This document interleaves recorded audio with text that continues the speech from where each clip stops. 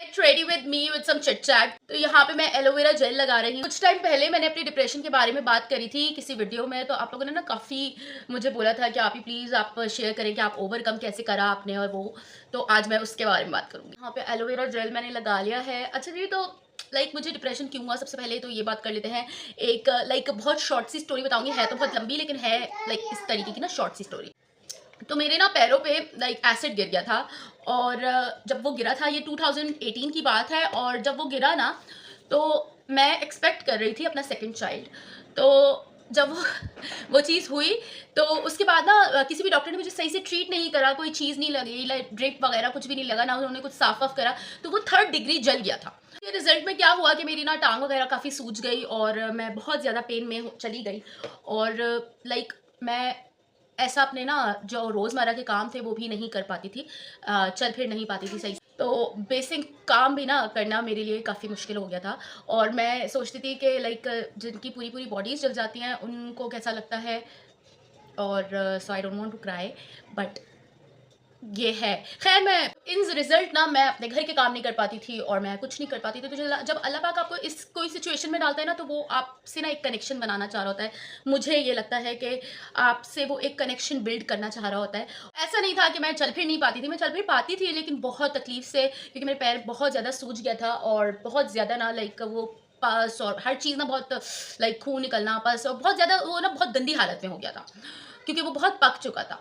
तो उस स्टेज पे मुझे लगा था, वो वाली स्टेज पे, कि मेरी लाइफ खत्म हो चुकी है और अब इसके आगे कुछ नहीं, क्योंकि मैं अब कुछ नहीं कर पा रही खुद से और मैं बहुत ज़्यादा तकलीफ में हूँ। तो अब और ऊपर से आई वाज एक्सपेक्टिंग, तो वो बहुत अजीब अजीब सा ख्याल मेरे ना जहन में आते थे। उस चीज़ का रिजल्ट क्या हुआ कि मैं बहुत ज़्यादा डिप्रेशन में चली गई। मैं 3-3 दिन बाल नहीं बनाती थी, मुँह नहीं धोती थी, कपड़े नहीं बदलती थी अपने।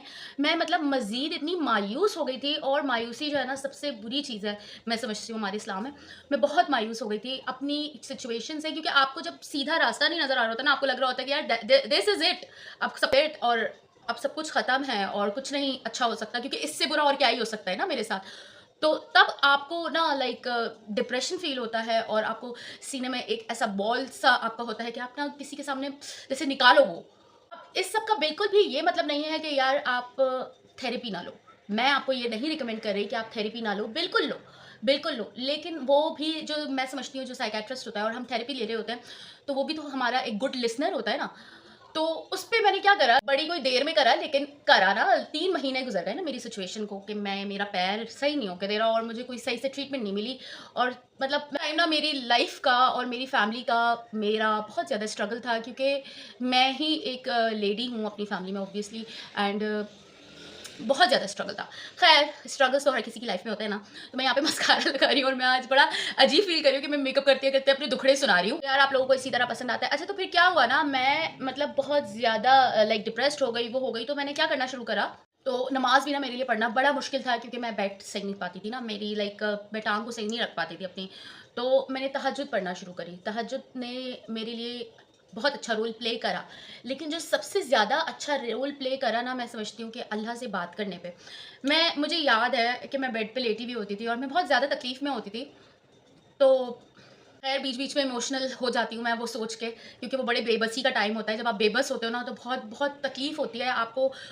आप जो अभी हो, आपको उस टाइम पे जब आप बेबसी आप अपने आप का देखते हो, तो बड़ा मुझे लगता है कि बड़ी कोई तकलीफ़ वाला मामलात होता है। ख़ैर, तो मैं क्या करती थी कि मैं अल्लाह से बात करती थी, खुद ब खुद।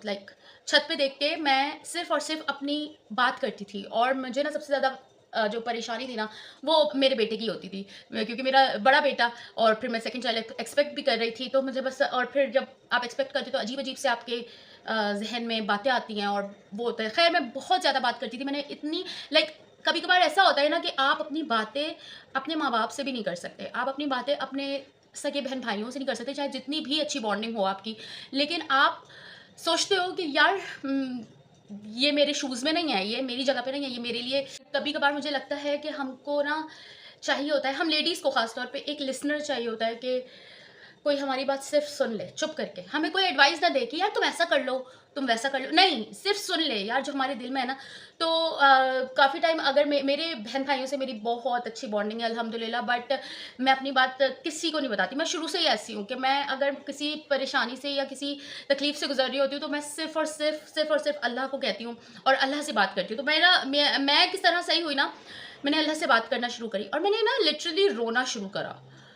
जब आप रोते हो ना तो मुझे लगता है आपका वो अंदर का जो सीने में एक बॉल सा होता है ना, वो रो के निकल जाता है। उस टाइम पे मैंने अपने अल्लाह से थोड़ा करेक्शन बनाया और मुझे नहीं पता था उस मैंने कभी ऐसा करा नहीं था ना, मैंने करेक्शन बनाया ही नहीं कभी। और जब अल्लाह पाक ने मुझे थोड़ी-सी मुझ पे, मैं तो नहीं कहूँगी आज़माइश क्योंकि हम आज़माइश के काबिल ही नहीं है, बट थोड़ा-सा जब अल्लाह पाक ने मुझे अपनी तरफ बुलाने की कोशिश करी, मैं तो यही कहूँगी, तो मुझे पता चला कि यार अल्लाह से कनेक्शन बहुत खूबसूरत होता है। और मैं ना रोज़ रात को सूर्य रहमान, हमारी ना एक रूटीन है कि हम लोग रोज़ रात को ना सूर्य रहमान सुनकर सोते हैं और वो चलती रहती है और हम बच्चे और हम भी ना सो जाते हैं।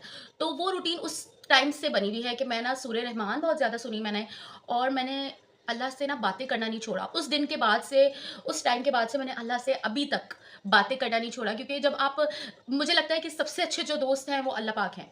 और बस आप जब उनके आगे सब रो लेते हो ना, एक दफ़ा आप बहुत डिप्रेशन में हो, आप बहुत तकलीफ में हो, आपसे नहीं हो पा रहा, फाइनेंशियली होता है बंदा, फिजिकली होता है, मेंटली होता है डिप्रेस्ड अपनी चीज़ों को लेके, तो आप बस अल्लाह पाक के आगे रो लें।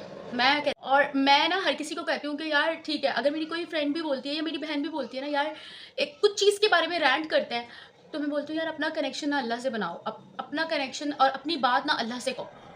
उस वक़्त थोड़ा-सा अजीब तो लगता है उसको कि यार ये मेरी बात ही नहीं सुन रही, यार he is the good listener. तो आ जाते हैं, फिर मैं जब जल गई ना, बहुत ज़्यादा 3rd डिग्री जल गया मेरा पैर और बहुत ख़राब हालत हो गई थी ना उसकी। तो फिर मुझे एक अच्छी डॉक्टर मिली, जो कि मैंने बड़े आगा खान, जैसे ही मेरा एसिड गिरा ना तो मेरे हस्बैंड मुझे बड़े आगा खान, कराची में जो बड़ा आगा खान है वहाँ पे लेके गए और वहाँ पे मुझे कोई ट्रीटमेंट नहीं मिला।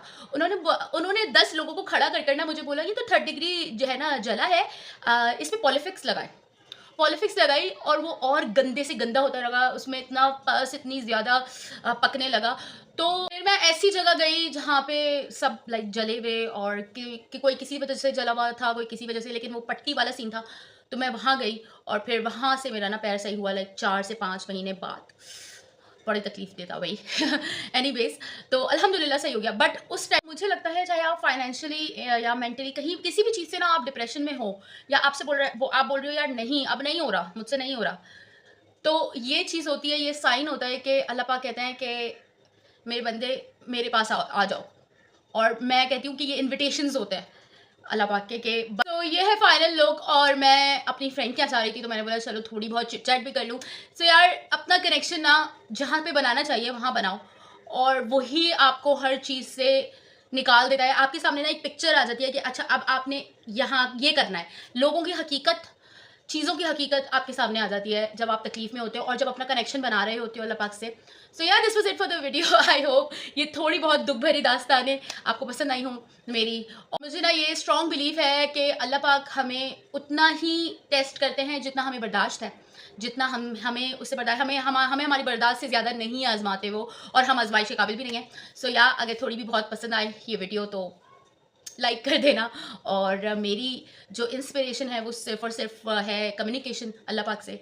भले आप कुछ वो ना करो लेकिन आप बात करो, आप रो, ताकि जब आप रोते हो तो आपकी सारी चीज़ें ना निकल जाती हैं। एंड मुझे कमेंट्स में बताना अगर ये चीज़ ज़रा सी भी हेल्प करी हो आपको या आप करो इन फ्यूचर। Bye bye.